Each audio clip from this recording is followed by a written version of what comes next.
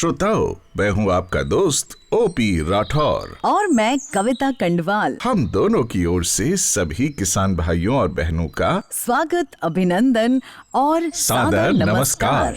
श्रोताओ, अपना वादा निभाते हुए आज हम फिर आपसे रूबरू हैं, लेकर आपका मनपसंद कार्यक्रम जिसका नाम है आधुनिक कृषि चौपाल, विज्ञान से किसान तक।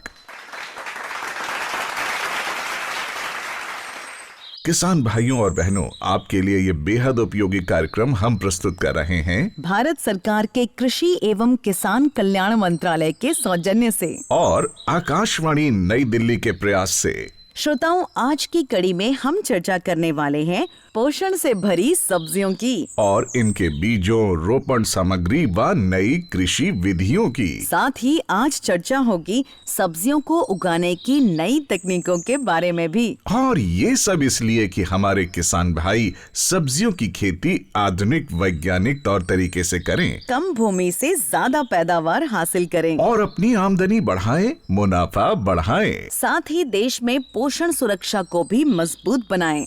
तो किसान भाइयों और बहनों, आज सब्जियों से जुड़ी नई जानकारियों का खजाना लेकर हमारे साथ हैं अनुभवी और प्रतिष्ठित सब्जी वैज्ञानिक, जो बहुत सारी काम की बातें बताएंगे, उपयोगी टिप्स देंगे। और हमारे साथ प्रगतिशील सब्जी किसान भी हैं, जिनके सवालों का, शंकाओं का समाधान करेंगे सब्जी वैज्ञानिक। आधुनिक कृषि चौपाल से जुड़ रहे सभी वैज्ञानिकों और किसानों का हम स्वागत करते हैं और चर्चा को आगे बढ़ाते हैं। लेकिन इससे पहले आपको बता दें कि भारतीय कृषि अनुसंधान परिषद ICAR का एक विशेष संस्थान केवल सब्जियों पर अनुसंधान करता है और देश में सब्जी उत्पादन को आगे बढ़ाने में इसका महत्वपूर्ण योगदान है। श्रोताओं, इस विशेष संस्थान का नाम है भारतीय सब्जी अनुसंधान संस्थान, जिसे हम अक्सर IIVR के संक्षिप्त नाम से भी बुलाते हैं। और यह संस्थान स्थित है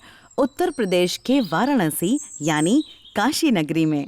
हमारे लिए प्रसन्नता की बात है कि इस संस्थान के निदेशक और प्रमुख वैज्ञानिक आज की आधुनिक कृषि चौपाल से जुड़ रहे हैं। तो अब हम कृषि चौपाल की शुरुआत करते हैं IIVR के निदेशक डॉक्टर राजेश कुमार से।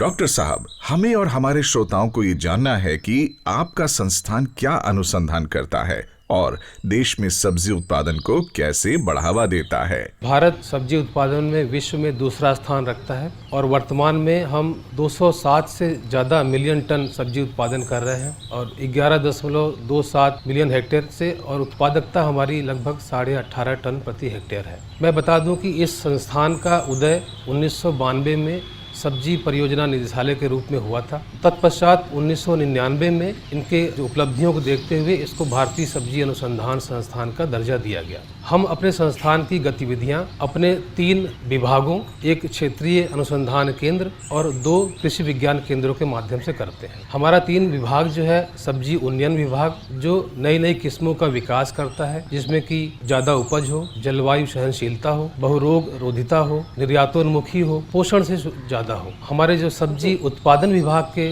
जो वैज्ञानिक लोग कार्य करते हैं, हम क्या करें उसमें कि सब्जी उत्पादन ज्यादा हो, जैसे कि संरक्षित खेती के लिए, कार्बनिक खेती के लिए, कम पानी लगे उस तरह से कैसी तकनीकें का इजाद करें, उसके लिए करते हैं। दूसरा हमारा सब्जी सुरक्षा जो महत्वपूर्ण विभाग है कि हम सब्जी में कीट व्याधियां या रोग लगने के लिए क्या उपाय करें, किसान भाइयों को कम से कम खर्चे में उनका जो रोग है या कीट व्याधियों का हो जो मैनेजमेंट हो सके। इसके लिए हम बायोपेस्टिसाइड्स पे ज्यादा फोकस कर रहे हैं आजकल।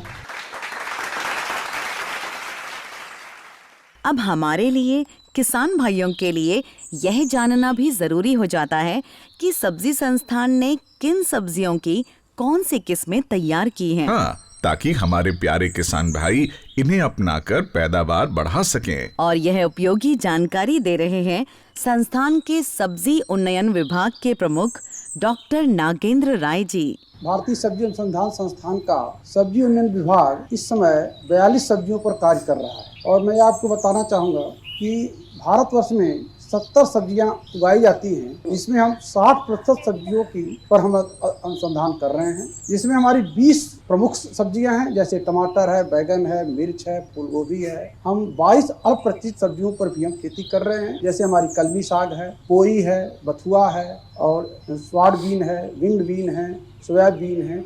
इन से अल्प प्रतिष्ठित सब्जियों पर भी कार्य कर रहे हैं। ये जानकर आपको खुशी होगी कि भारतीय सब्जी अनुसंधान के 34 साल हम पूरा कर चुके हैं और 34 साल के इस विभाग ने 134 प्रजातियों संकर किस्मों का विकास किया है और हमारी लगभग 40% प्रजातियां ऐसा हैं जो हमारे किसानों तक पहुंच चुकी हैं और जिसमें से कुछ प्रजातियां ऐसी प्रचलित हो चुकी हैं, जैसे हमारा टमाटर का काशी अमन है, बैगन का हमारा शंकर काशी संदेश है, मिर्च का हमारी जो है काशी कोमल है, काशी अनमोल है, काशी रत्ना है और इसी तरह से लोबिया में हमारी काशी कंचन है, काशी निधि है और भिंडी में हमारी काशी सैसूर है, काशी पराक्रम है। नेनुआ में आप में देखें तो काशी श्रेया है और काशी ज्योति है। अब हमारे साथ जुड़ रहे हैं सब्जी अनुसंधान संस्थान के बायोटेक्नोलॉजी विभाग के प्रधान वैज्ञानिक डॉक्टर डीपी सिंह। डॉक्टर साहब, क्या बायोटेक्नोलॉजी के दखल से सब्जी की किस्मों को रोगों और कीड़ों या जलवायु परिवर्तन के उतार चढ़ाव के प्रतिरोधी या सहनशील बनाया जा सकता है?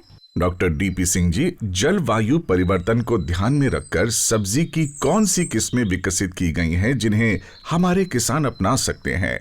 बायोटेक्नोलॉजी एक ऐसा क्षेत्र है जो आजकल काफ़ी तेज़ी से आगे बढ़ा है। जलवायु परिवर्तन के इस दौर में बहुत सारी समस्याएं हैं और रोग जो है वो पहले से ज़्यादा आक्रामक होकर सामने आ रहे हैं। तो इसलिए जो है वो उन रोगों के प्रकोप को कम करने के लिए ऐसी रोग रोधी प्रजातियों को विकसित करने की आवश्यकता है जिनके माध्यम से कि किसानों को लागत भी कम लगे, रासायनिक जो दवाइयाँ डालते हैं वो दवाइयों का खर्चा उनका कम हो, दवाइयों से जो पर्यावरणीय जो प्रदूषण हो रहा है वो भी बचे और उसके साथ साथ में जो है वो किसानों को उसका अधिक लाभ मिले। तो ऐसी प्रजातियां हम खास तौर से टमाटर में, मिर्च में, भिंडी में इस तरीके की प्रजातियां हम जो है वो वायरस फ्री जो पौधे हैं उनके लिए और इसके अतिरिक्त बैक्टीरिया से जो रोग हैं या फफूंद से जो रोग लग रहे हैं उनके निवारण के लिए हम तैयार कर रहे हैं। आमतौर पर तापमान में एकाएक या तो वृद्धि हो जा रही है या तापमान जो है वो कम हो जा रहा है, तो उससे बचने के लिए जो तापरोधी फसलें हैं, ऐसी फसलें जैसे टमाटर की तापरोधी फसलें, काशी तपस की एक वैरायटी है, यहाँ पे काशी अद्भुत की वैरायटी है, ऐसी फसलें जो है वो हम विकसित कर रहे हैं। इसके साथ साथ में जो पोषण सुरक्षा की बात आपने कही है, पोषण सुरक्षा में एक बड़ी चीज आती है सामने निकल के कि जो biofortified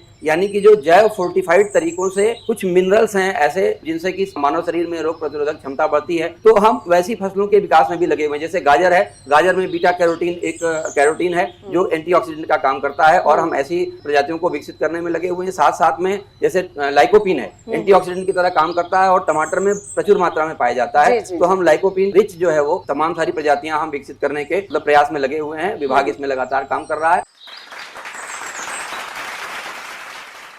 doctor DP Singh ji, हमारे किसान संजय कुमार जी कुछ खास जानना चाहते हैं। सब्जियों की खेती में सर कौन कौन से प्रमुख सूक्ष्म जीव काम में आते हैं और उसका इस्तेमाल कैसे होता है? किसानों को आजकल जैसा कि आप देख रहे होंगे सब्जियों की खेती में सबसे ज्यादा रासायनिक उर्वरक भी और ज्यादा से ज्यादा जो है वो पेस्टिसाइड्स भी, रासायनिक पेस्टिसाइड्स खास तौर से उसका उपयोग कर रहे हैं किसान हमारे। उसके चलते तमाम तरीके की समस्याएं हैं जिनमें कि स्वास्थ्य की समस्याएं भी हैं, पर्यावरण की समस्याएं भी हैं और जो हमारी मिट्टी है उसके और हमारे पौधों के स्वस्थ रहने की भी समस्याएं हैं। जो ये सूक्ष्म जीवों की बात इन्होंने की है, सूक्ष्म जीव वास्तव में एक आज के समय में एक टेक्नोलॉजिकल रूप से माइक्रोबियल टेक्नोलॉजी यानी कि जो सूक्ष्म जीवों की टेक्नोलॉजी है, बायोटेक्नोलॉजी है, उसमें एक बहुत तेजी से उभर कर आने वाला नाम है। इसके माध्यम से हम तमाम सारे ऐसे बायो फर्टिलाइजर्स यानी जैव उर्वरक बना रहे हैं जिनको कि किसानों तक पहुंचाया भी जा रहा है और वो किसानों तक पहुंच भी रहे हैं। तो जैसे मान लीजिए कि आज के समय में आपके पास जैसे नाइट्रोजन देना है आपको, आप उसके लिए यूरिया का इस्तेमाल कर रहे हैं, डीएपी का इस्तेमाल कर रहे हैं ऐसे, तो उसके बदले में तमाम सारे जैव उर्वरक हैं, तमाम सारे जीव ऐसे हैं जो कि पौधों को ये सब सारी चीजें उपलब्ध करा रहे हैं। अगर किसान उस पर काम करें, उसको अपनाने का काम करें, तो ये बहुत अच्छी तरीके से किसानों के खेतों में बहुत स्वस्थ तरीके से काम करेगा। किसान भाइयों और बहनों, अब हम जलवायु परिवर्तन से निपटने की बात को थोड़ा और आगे बढ़ाते हैं और जानते हैं कि इनके लिए उत्पादन तकनीकों में क्या बदलाव करने चाहिए। हाँ, और ये महत्वपूर्ण जानकारी हमें दे रहे हैं IIVR के सब्जी उन्नयन विभाग के डॉक्टर अनंत कुमार। जैसे किसान, अब जलवायु परिवर्तन हो रहा, तापमान बढ़ रहा और तरह की परेशानियां आ रही, तो सबसे पहले आपको देखना होगा कि सही चीज का, सही किस्मों का चुनाव करें, क्योंकि कुछ किस्में ऐसी आ गई कि जिनको जो है आप परिवर्तन के हिसाब से ले सकते हैं कि गर्मी में भी टमाटर ले लें, उस तरह का आप कर सकते हैं। दूसरे, हम लोगों ने एक तकनीक निकाली है जिसको फरो इरिगेटेड रेड बेड कहते हैं, जिसमें आप सब्जियां चौड़े बेड पे लगाते हैं और बेड के दोनों तरफ आप सब्जियां लगाते हैं और पानी सिर्फ कूड़ में देते हैं। तो इस तरह भी देखा गया, क्योंकि पानी की कमी भी आगे और ज़्यादा आने वाली है, सिंचाई के लिए पानी कम मिलेगा, तो आप चौड़ी बेड है उस पर सब्जियां उगाएं और पानी कूड़ से दें। तो इस तरह देखा गया कि 36% पानी अकेले इससे बच जाता है। उसके साथ अगर आप मल्च का प्रयोग कर लेते हैं तो और ज़्यादा आपको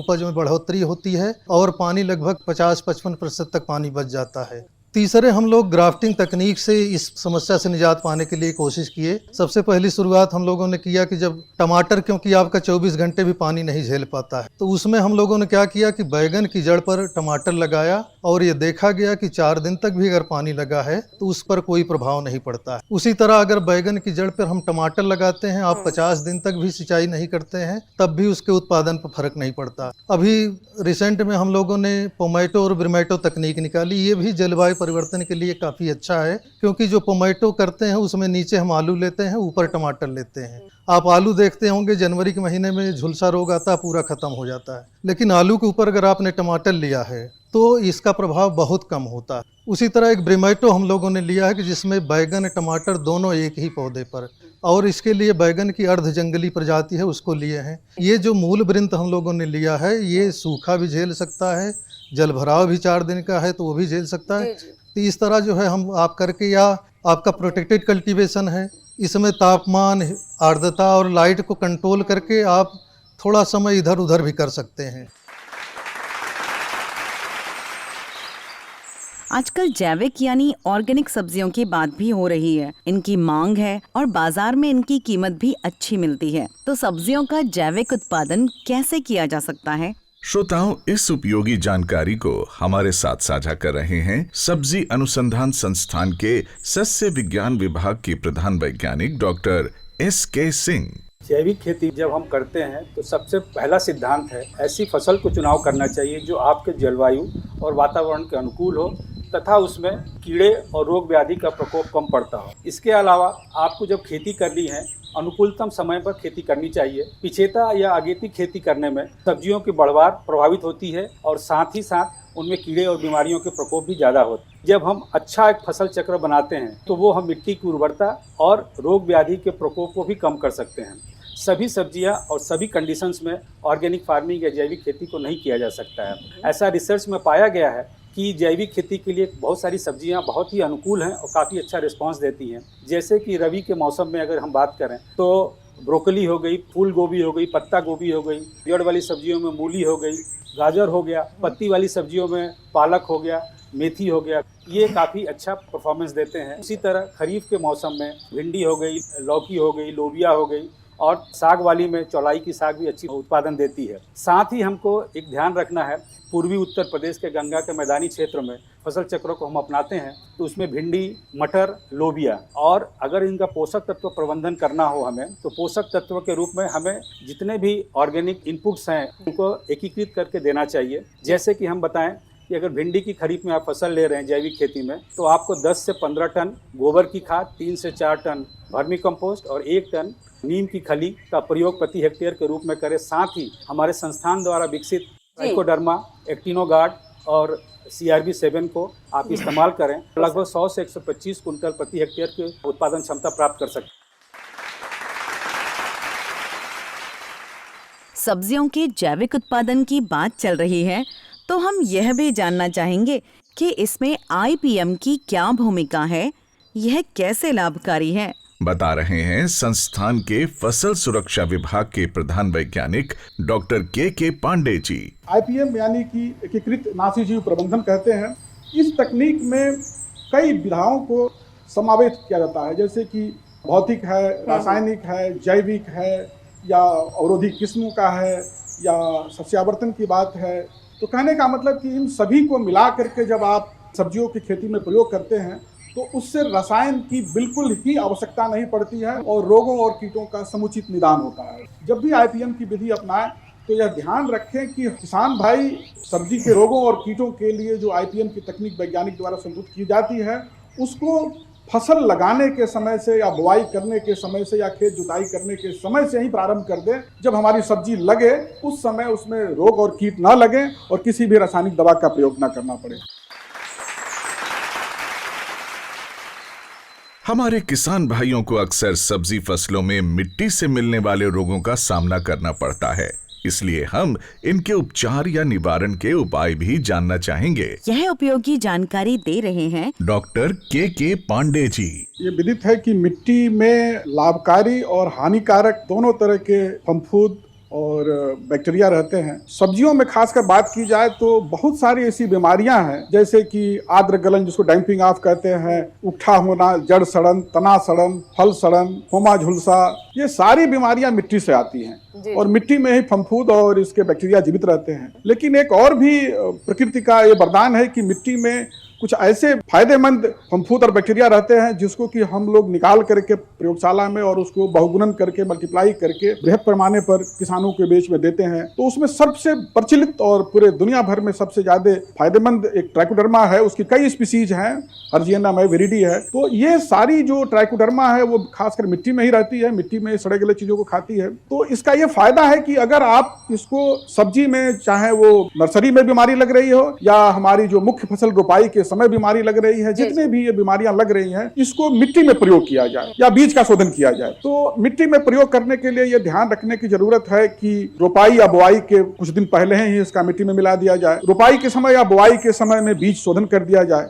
लेकिन बीज शोधन के समय यह ध्यान रखने की जरूरत है कि जो बाजार में उपलब्ध लाल या हरे रंग से प्राइमिंग की हुई बीज है उसका प्रयोग न करें या किसी भी रासायनिक दवा से शोधित बीज का प्रयोग जो है ट्राइकोडर्मा के बीज शोधन करने के समय नहीं करना चाहिए। सावधानी की जरूरत है कि ट्राइकोडर्मा मिट्टी में डालें तो यह ध्यान रखें कि मिट्टी में अधिक से अधिक जीवांश की मात्रा हो, चाहे वो कार्बनिक पदार्थ में हो, चाहे सनई या ढांचा के रूप में हो या जिस किसी भी फॉर्म में हो, ताकि उस पर जो है उसका मिट्टी में ज्यादा बहुगुणन हो। अब बात आती है कि ट्राइकोडर्मा के अलावा भी हमारे पास कुछ ऐसे एंटागोनिस्ट हैं जो बायोलॉजिकल कंट्रोल में यूज होते हैं, जैसे हमारे पास बैसिलस सबटिलिस है या कीड़ों को मारने के लिए हमारे पास बैसिलोमाइसीज है, बेवेरिया है, लिकेनिसियम है, मेट्रीजियम है। इन सब भी ये मिट्टी में रहते हैं। इनको निकाल करके हम कीड़ों के जो खासकर रस चूसने वाले कीटों के ऊपर प्रयोग कर सकते हैं। किसान भाइयों और बहनों, सब्जी अनुसंधान संस्थान द्वारा अनेक योजनाओं के जरिए नई तकनीकों को किसानों के खेतों तक पहुंचाया जा रहा है ताकि पैदावार ज्यादा हो, किसानों का मुनाफा बढ़े। बिल्कुल, ऐसी कुछ योजनाओं के बारे में बता रहे हैं संस्थान के प्रसार विभाग के प्रधान वैज्ञानिक डॉक्टर नीरज सिंह।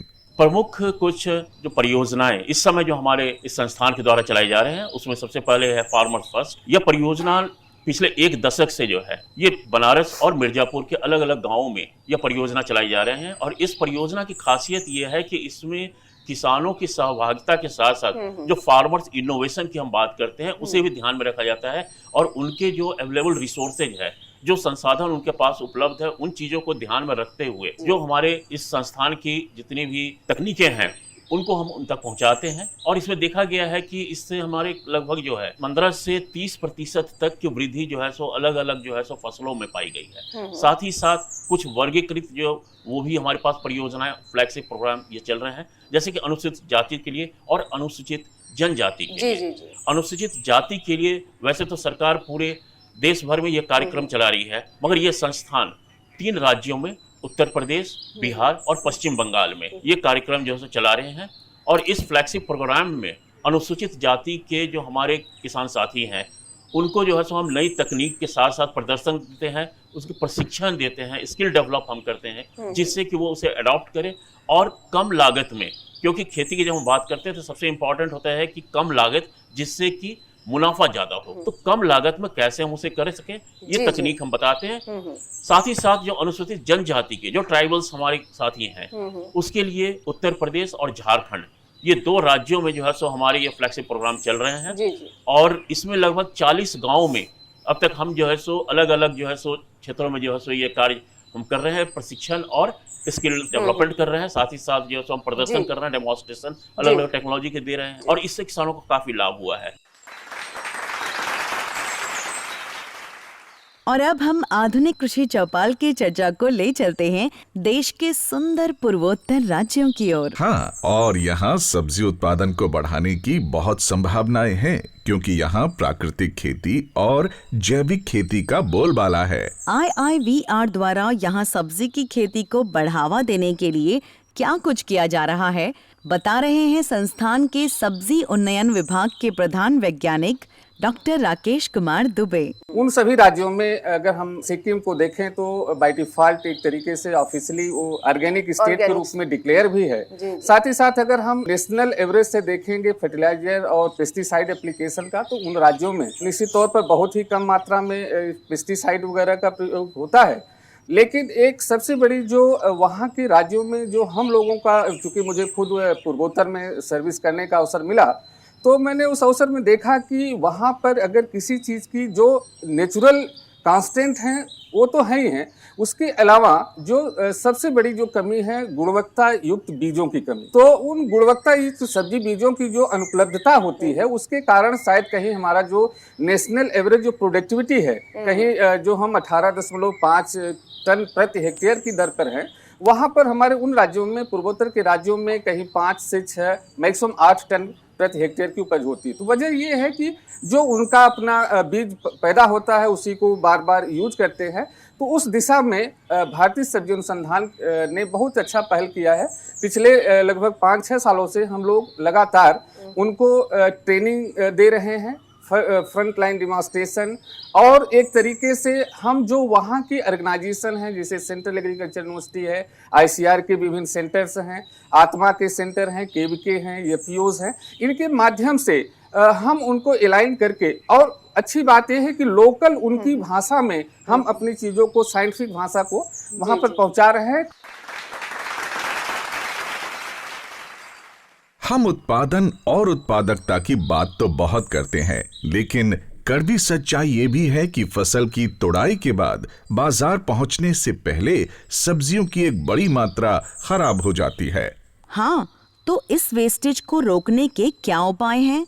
सब्जी अनुसंधान संस्थान द्वारा इसके लिए क्या प्रयास किए जा रहे हैं? इस सवाल का जवाब हमें मिलेगा संस्थान के कटाई उपरांत प्रबंधन विभाग की वरिष्ठ वैज्ञानिक डॉक्टर स्वाति शर्मा जी से। आज देश ही नहीं विदेश में भी विश्व भर में तुड़ाई उपरांत जो क्षति है, खासकर फल और सब्जियों में, ये एक महत्वपूर्ण चिंता का विषय लगातार बनी हुई है।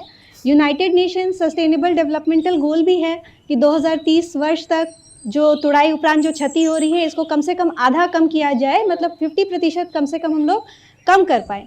इसका एक कारण ये भी है कि सब्जियां और फल हैं क्या, वो क्या फल जब हम लोग तोड़ लेते हैं, वृक्ष से अलग हो जाता है, पौधे से अलग हो जाता है, तब भी वो जीवित होती हैं, और वो नाशवान ज़्यादा अधिक इसीलिए होती हैं क्योंकि वो नमी बहुत तेज़ी से खो रही होती है, उनकी बनावट जो है मुलायम होती है, और रोग से उनकी लड़ने की क्षमता भी कम हो जाती है, और क्योंकि उनकी बनावट धीरे धीरे कम ठोस होती जाती है तो वो रोगों के प्रति ज़्यादा सहनशील हो जाती हैं। इस कारण से उनमें रोग भी जल्दी लगते हैं। साथ ही जब हम लोग ट्रांसपोर्टेशन के दौरान, परिवहन के दौरान, उसमें जो दबाव से इंजरी है, जिसको कंप्रेशन इंजरी बोलते हैं, या इम्पैक्ट से जो इंजरी है, वो सब भी बढ़ जाता है। तो इन कारणों से देश भर में, और विभिन्न आंकड़े जो विश्व भर के भी हैं, 5 से 25% तक, 30% तक भी विभिन्न फल सब्जियों में नुकसान देखा गया है। डॉक्टर राकेश कुमार दुबे जी, आजकल अल्प दोहित सब्जियों की भी काफी चर्चा है। ये क्या है और सब्जी संस्थान क्या इस दिशा में भी कार्य कर रहा है? अल्प दोहित सब्जियां बेसिकली अगर हम उनकी समझना चाहें तो वो सब्जियां हैं जिनके अंदर पोषक तत्व तो है और क्लाइमेट रेजिलियंस सब कुछ है, लेकिन एक उनको व्यावसायिक स्तर नहीं मिला, जिसको हम कमर्शियल प्लेटफॉर्म तक वो नहीं पहुंच पाई है। तो आज की डेट में हमें एक मोनोक्रॉपिंग जो मोनोकल्चर है, कि अगर हम कुछ विशेष सब्जी पर या विशेष फसलों पर, खास करके मैं उदाहरण पुनः देना चाहूँगा कि जैसे मेघालय राज्य, वहाँ पर हमारा राइस, तो जहाँ पर हम एक ही फसल का क्रमबद्ध से चलते हैं, तो ऐसे इलाकों में एक खतरा बना रहता है कि अगर कभी कोई ऐसी बीमारी आती है, कभी ऐसी कोई प्रकोप कीड़े का होता है, तो पूरी फसल चौपट हो जाएगी। तो ऐसी दशा में हमारे पास विकल्प क्या होगा? तो मुझे निश्चित तौर पर ये मानना चाहिए, यकीनन ये होना चाहिए कि फसल में विविधीकरण लाना जरूरी है। तो अगर वो मुख्य फसलों को हम जोड़ते हैं, साथ साथ अगर हम अल्प दोहित सब्जियां जिनका कि आज व्यवसायिक स्तर नहीं है, तो किसान भाई उनको अपनी मुख्य फसल के साथ साथ इन फसलों को भी खेती के लिए उगाना चाहिए। और सबसे अच्छी बात है कि इन फसलों में जलवायु के प्रति सहिष्णुता, अनुकूलता बहुत अधिक है। डॉक्टर स्वाति शर्मा जी, मेरे मन में एक शंका है। हमारे देश में बड़ी संख्या में छोटे और सीमांत किसान हैं। इनमें सब्जियों के प्रसंस्करण के लिए कोई प्लांट या मशीन लगाने की क्षमता नहीं है। डॉक्टर स्वाति जी, तो ये सब्जियों का प्रसंस्करण करके अपनी आमदनी कैसे बढ़ाई जाए? प्रसंस्करण के लिए निश्चित ही हमें बहुत सारे इंस्ट्रूमेंट्स की ज़रूरत पड़ती है, पर अगर हमारा टर्नओवर ज़्यादा हो, मतलब प्रतिदिन हम लोग अगर ज़्यादा प्रसंस्करण करना चाहें तो हमें ज़रूरत पड़ेगी। पर अगर हम लोग लघु स्तर या घरेलू स्तर पर कुछ बनाना चाहें तो ऐसे बहुत सारे कई तरह के प्रसंस्कृत उत्पाद हैं जो आप घर पे बना सकते हैं। FPO के माध्यम से बहुत सारे किसान हैं जो जुड़कर एक साथ उसकी ब्रांडिंग कर सकते हैं। जैसे एग्जाम्पल के तौर पर आप ले लीजिए निर्जलीकृत सब्जियां। पहले भी घरों में सुखौते सब्जियों के बनाए जाते रहे थे, ये कोई नई चीज़ नहीं है, लेकिन निर्जलीकरण प्रसंस्करण की दृष्टि से बहुत छोटी छोटी सी चीज़ें हैं। आप लोग बड़े आराम से घर में आसानी से करके छत पर भी कर सकते हैं। जैसे सौर ऊर्जा से जब हम लोग करते हैं तो वो एक निश्चित समय में ही हो पाता है। पर अगर हम लोग एक छोटा सा उपकरण कैबिनेट ड्रायर ले लें तो हम लोग बड़ी ही आसानी से उसको चलाना भी बड़ा आसान है और लो कॉस्ट, कम दाम पर बन सकने वाली, कम से कम 6 महीने तक आसानी से भंडारित होने वाली निर्जलीकृत उत्पाद बना सकते हैं। इसके साथ ही सरकार की एक बहुत अच्छी योजना भी चल रही है, प्रधानमंत्री सूक्ष्म खाद्य प्रसंस्करण योजना। इस योजना के अंतर्गत जो भी किसान भाई हैं वो जब छोटे स्तर पे कोई उद्योग लगाते हैं तो उसमें उन्हें अधिकतम 35% तक सब्सिडी और या फिर 10 लाख रुपए की सहायता सरकार देती है। तो उद्योग आप लगा भी सकते हैं और खुद से कर भी सकते हैं। अब हम आज की आधुनिक कृषि चौपाल को समापन की ओर ले जा रहे हैं, लेकिन इससे पहले डॉक्टर नीरज सिंह जी, हम आपसे ये जानना चाहते हैं कि IIVR द्वारा विकसित सब्जी की किस्मों, आधुनिक तकनीकों आदि का देश के सब्जी उत्पादन पर क्या प्रभाव पड़ा है? देश में सब्जी उत्पादन का परिदृश्य कितना बदला है? जब से संस्थान हमारी ये बनी है, अभी तक हमने जो है लगभग 16 फसलों में 47 अलग अलग किस्में जो उनकी विकसित की गई हमारे संस्थान के द्वारा, उसे 98 हमने जो है अभी टेक्नोलॉजीज जो है वो कमर्शलाइज कर चुके हैं, लाइसेंसिंग कर चुके हैं। हमारी जो है कुछ प्रमुख किस्में हैं, उसके हम इम्पैक्ट भी देखते रहते हैं कि क्या इम्पैक्ट, क्योंकि देश में जब हम अपनी टेक्नोलॉजी दे रहे हैं, फार्मर से उसको ले रहे हैं, तो उससे क्या आर्थिक लाभ हो रही है, वो एक महत्वपूर्ण विषय है। मैं बताना चाहूँगा यहाँ अपने साथियों को कि जैसे कुछ हमारी किस्में हैं, जैसे कि बात करते हैं टमाटर में काशी अमन है, या जो है लोबिया में काशी कंचन है। इस तरह 7-8 फसलों की अगर हम बात करें तो इसका एक अध्ययन में हम लोगों ने पाया है कि पिछले 1 दशक में जो है ये लगभग जो है 10.4 लाख हेक्टेयर एरिया में ये लगाए गए हैं, और इससे करीब करीब जो है 395 करोड़ रुपए की जो है आर्थिक लाभ हुआ है। किसान भाइयों और बहनों, आशा है आज की आधुनिक कृषि चौपाल से आपको सब्जी उत्पादन बढ़ाने के लिए, ज्यादा आमदनी और लाभ के लिए उपयोगी जानकारी मिली होगी। किसान भाइयों और बहनों, इन काम की बातों को, वैज्ञानिकों की सलाह को आप अपने खेतों में आजमाएं और ज्यादा मुनाफा हासिल करें, तभी हमारे वैज्ञानिकों की मेहनत सफल होगी। हम आज की आधुनिक कृषि चौपाल के साथ जुड़े सभी वैज्ञानिकों और किसानों के प्रति आभार प्रकट करते हैं, धन्यवाद देते हैं। और श्रोताओं, हमारा आपसे विनम्र आग्रह है, गुजारिश है कि कृपया हमें यह जरूर बताएं कि आपको आज का कार्यक्रम कैसा लगा और इसे कैसे अधिक उपयोगी और लाभकारी बनाया जा सकता है। आप अपने सुझाव और प्रतिक्रिया हमें ईमेल कर सकते हैं। हमारा ईमेल पता है kkbongold@gmail.com। ईमेल पता एक बार फिर सुने और नोट करें, kkbongold@gmail.com। श्रोताओ, आपकी ईमेल्स की हमें प्रतीक्षा रहेगी। किसान भाइयों और बहनों, हम आपसे जल्द ही फिर रूबरू होंगे आधुनिक कृषि चौपाल की एक नई कड़ी के साथ, नए विषय और नई जानकारियों के साथ। तब तक के लिए हमें दीजिए विदा। नमस्कार। नमस्कार।